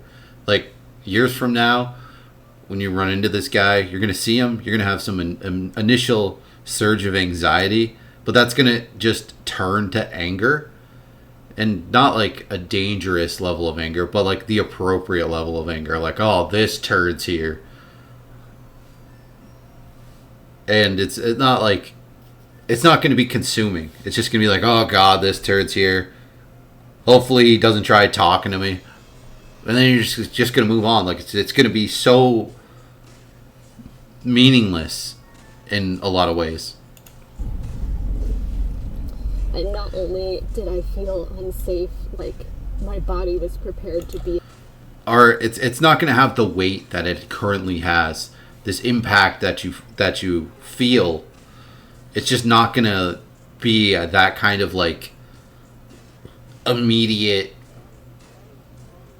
response type of feeling, I guess. Attacked, but I felt so much rage, and I can't tell you how much rage I feel. So much rage. It's this deep, deep rage. Because can you imagine the helplessness that you have when someone who's twice as big and twice as heavy and twice as strong is abusing you and you're just taking it?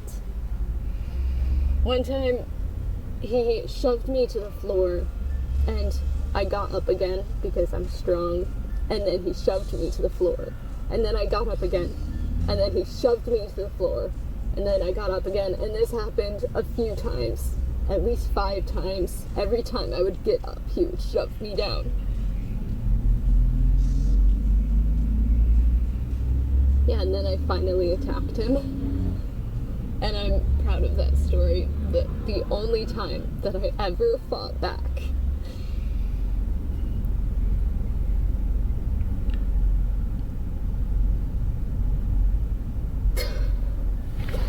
Honestly, that's another thing, is I'm proud of myself.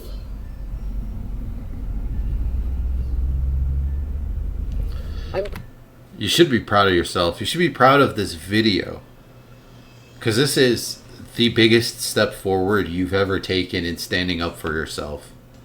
And you're not just standing up for yourself, but you're standing up for your family. Even though they're not standing up for you or supporting you at all, even though they're basically being abusive towards you and total pieces of crap, you're actually standing up for them. Because I don't know if any of your siblings have like kids, but if they don't, some of them probably will, right?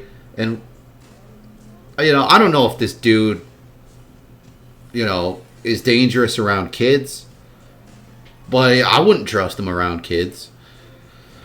But not only does it clearly signal to your family, like, hey, this guy's a little off. This guy's like giving all the vibes of a serial killer. This isn't somebody you should trust, and certainly not somebody you should trust to leave your kids with. Not only is there a very direct line to protecting your family from him and other people, to be fair, but also you're protecting your family in the sense that they're going to have to face this, right? They're going to have to actually think about this, something they've completely avoided doing for a very long time. They're going to have to think about this a little bit. And that thought process should hopefully lead to them realizing bad things happen. You can't just allow whatever the hell to happen to a child. So even if it's not necessarily it's not necessarily just about protecting people from this specific abuser, but it's allowing an opportunity for your really stupid and ignorant family to understand that children being abused and tortured is going to have a huge, long-lasting, enormous impact, and that they need to protect children from this stuff. Whether it's your brother or whether it's anybody else. So, in a way, you're actually protecting your family by doing this. Proud of myself. Because they're too dumb to protect themselves so far. For enduring it, just getting through it. I'm proud of myself for getting through it and being completely and totally alone with someone who didn't care. Like, my mother knew of some of the abuse and she did nothing because she's a mother and she remembers when this person was her baby and she views him as her baby. She didn't do anything for me. She didn't stand up for me. She That's... I'll let you continue. didn't stop it. She didn't do anything. No one stood up for me, and I just took it. Yeah, and somebody should have. Your mother should have. It's very hard for a parent to ever not see their child as their baby. Because that's how they got to know the person, was them being a literal baby. And that's awful. I hate bad parents, and I hate how so many parents, it's like they just want a baby. It's like they almost don't even want that baby to become a child, to become a teenager, to become an adult, to be an actual person. They just want a cute little baby, and that's it. They refuse to give any more thought to, how's this person going to grow up? How am I going to protect this person? How am I going to make sure they turn out right? How am I going to make sure they have a good life? It's like they just don't even give that any thought. Even when confronted, they won't give it any thought. I've literally talked to parents where I said, the kid you're going to have is going to be an adult. Like, you need to plan a lot of stuff. And, like, a part of that is just basic protection. Protecting the kid from the harms of the world. And people just won't do it. It's so wrong. It's amazing to me that parents just refuse to be parents. They just don't seem to care.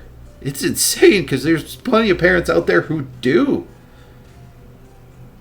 And maybe they don't plan to the level that I think that they should. But they should at least be able to respond to when their kid is harmed in a positive way.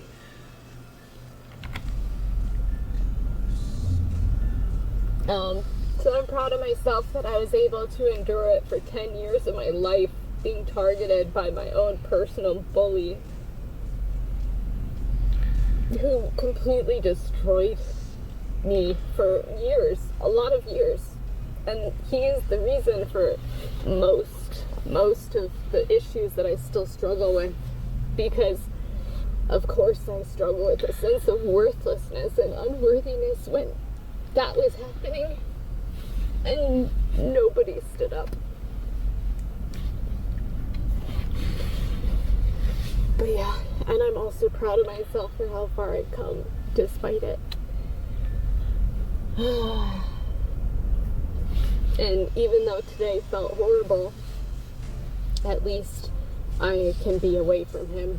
I'm an adult, and I've created my own life and my own friendships, and I have a good life. And it's all in spite of him. Alright. That's it. That's it.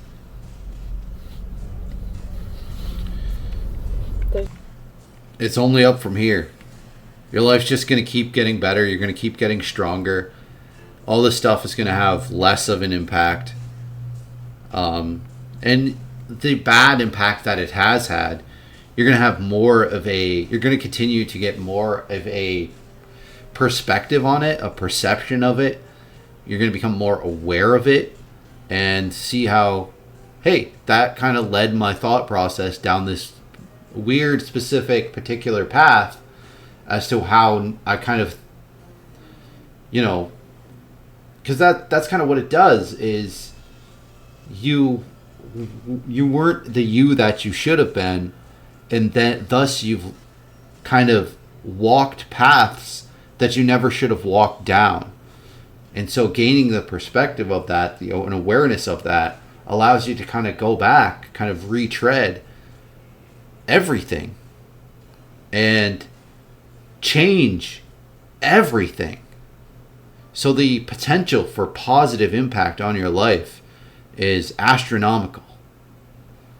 And since you seem to understand that, yeah, it's almost guaranteed that it will be an astronomically positive impact.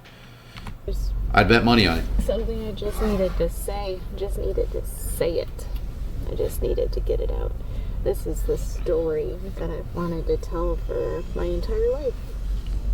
And one of the biggest reasons I haven't said it is because my mom and my family could disown me for this.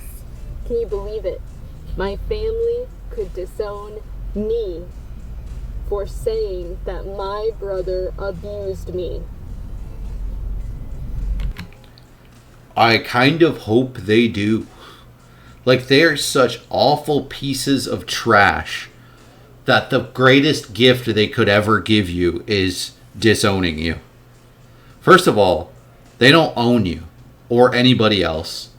It's a miracle that, like, they should see it as the miracle that it is, that you've even put up with them up until this point, with how abusive and horrible they've been to you. Holy crap. I'd have cut ties way before this point. Because they don't want me to tell anyone what happened. They want me to keep it quiet. They want me to shut up and move on and forgive him and be a happy little family. Like, I don't feel bad for your family in the slightest that you were putting them on blast like this, because all they had to do to avoid this was treat you with some freaking decency and respect, treat you like a human being. They couldn't even do that. Not only are they not treating you like someone that they love, like a family member that they love, they're not even showing you basic respect and decency. So them being put on blast, they deserve it. They strongly deserve it. And because they could have avoided it by simply talking to you, by simply listening to you, by putting in a tiny bit of effort to understand what you've gone through. And it's not even like you're being a massive jerk to your brother. You're just not talking to him. That's so not a big deal. Who cares?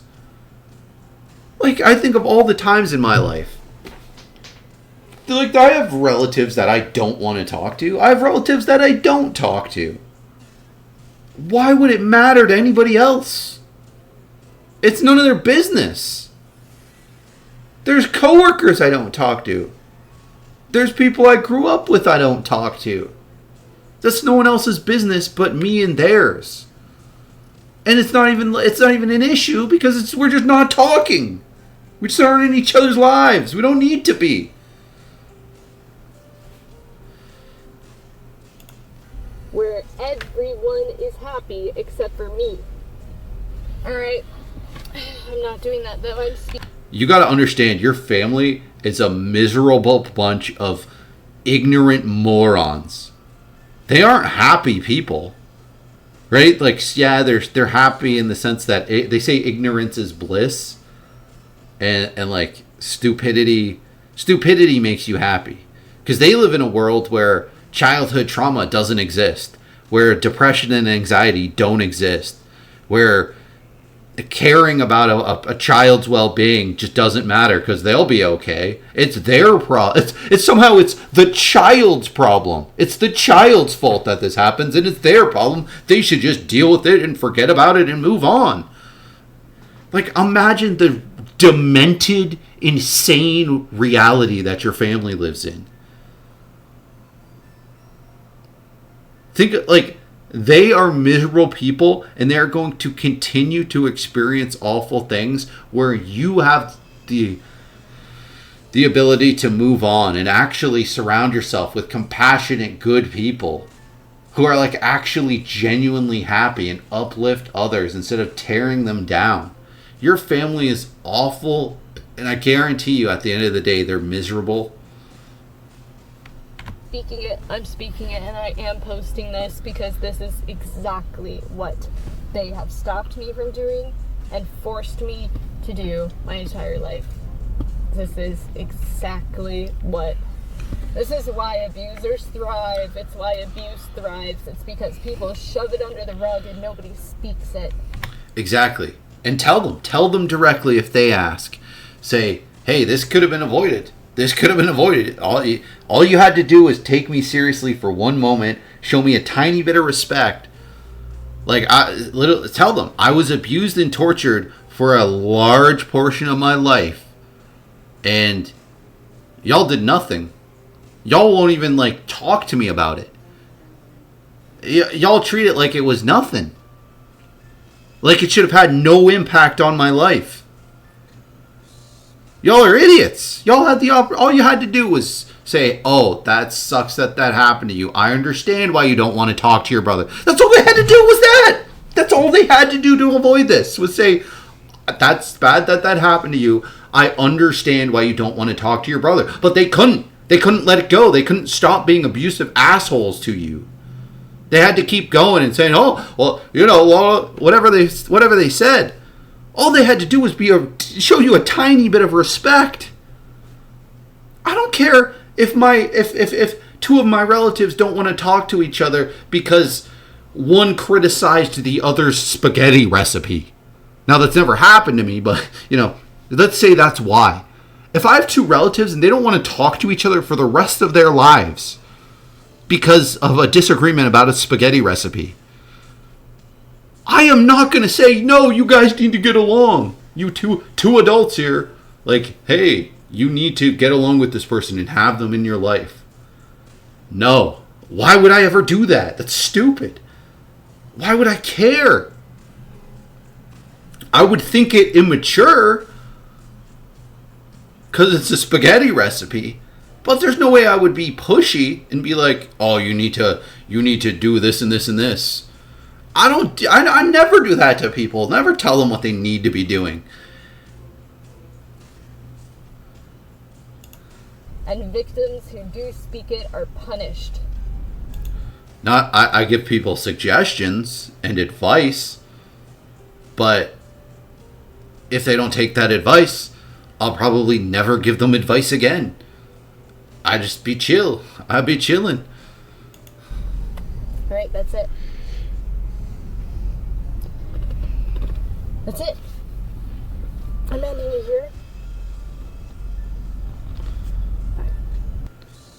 And like I said, most advice is just listening to somebody, allowing them to tell their story, allowing them to express what's happened to them, what their thoughts are, and then they themselves work it out, where they work through it. They process it because they're expressing it. Like I said, I think the biggest point here is you've done a wonderful thing here. This is going to help a ton of people. Just based off that number right there of views, you've at least helped hundreds. And that's wonderful. I love this stuff. I hate that this happens to people. Nothing disturbs me more than children being abused and parents doing nothing to stop it or to help their child deal with it. That's insane to me. But I like seeing people work through it and take steps forward to recover. It's incredible, and it does more good than it like I said, it opens the door for other people to do the same, and it's wonderful. And great job, Myra West.